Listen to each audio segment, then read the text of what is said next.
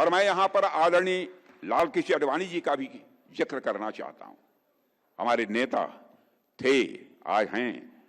आडवाणी जी ने अपनी एक पुस्तक में लिखा है कि सिंधी हिंदू और विशेषकर उनकी पीढ़ी के लोग अभी भी भारत से सिंध को अलग करने की बात को स्वीकार नहीं कर पाए हैं।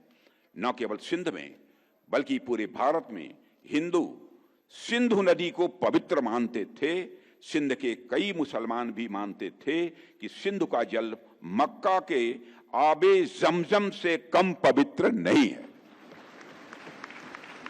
यह मैं उनका कोट बतला रहा हूं, यह आडवाणी जी का कोट। आज सिंध की भूमि, मेरे बहनों भाइयों, यह भारत का हिस्सा भले ही न हो, लेकिन सभ्यतागत रूप से सिंध हमेशा भारत का हिस्सा रहेगा।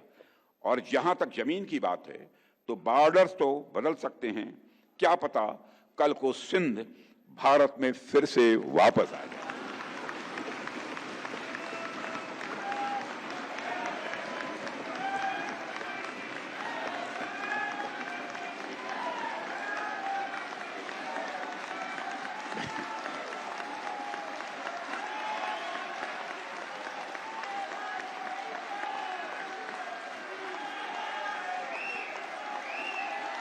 लेकिन सिंध के हमारे लोग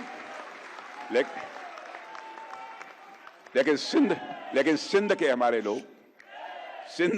लोग जिन्होंने सिंधु नदी को पवित्र माना है, हमेशा हमारे वो अपने रहेंगे, वो चाहे कहीं भी हों।